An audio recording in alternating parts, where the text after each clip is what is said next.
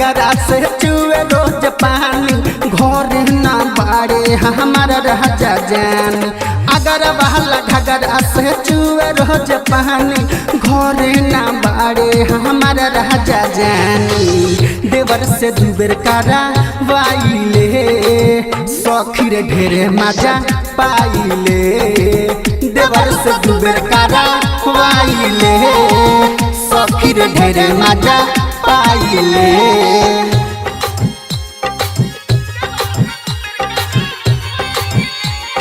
Mix by Chandan Pandey.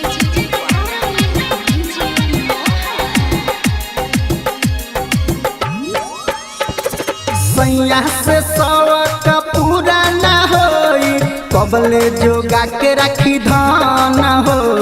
रतिया में से जिया फेरी करवटिया बड़ी करेला सखी मान हो। हाँ सजिया पसवक पूरा न होई कबले जोगा के रखी धान हो। रतिया में से जिया फेरी करवटिया बड़ी करेला सखी मान हो।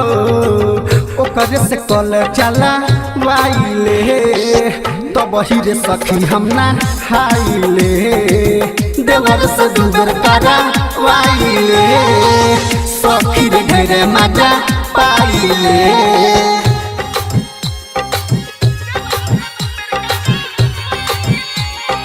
Mix by Chandan Pandey.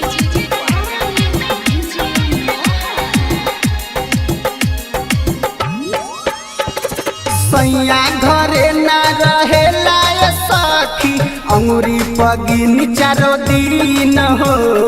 चंदन पांडे पनैखे भरोसा रखले बाड़े सवतीन हो।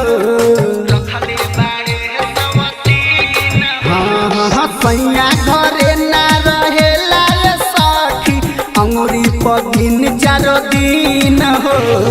चंदन पांडे पनैखे भरोसा रखले बाड़े सवतीन हो। आर्यन से आसे हम पुराइले सखी रे ढेरे मजा पाइले। देवर से दुबर करा वाइले सखी रे ढेरे मजा पाइले। अगर वाला घगरा से चुए रोज पानी घर ना बाड़े हमारा राजा जानी। देवर से दुबर करा वाइले सखी रे ढेरे मजा पाइले। देवर से दुबर करा वाइले सखी रे ढेरे मजा पाइले। Mix by Chandan Pandey.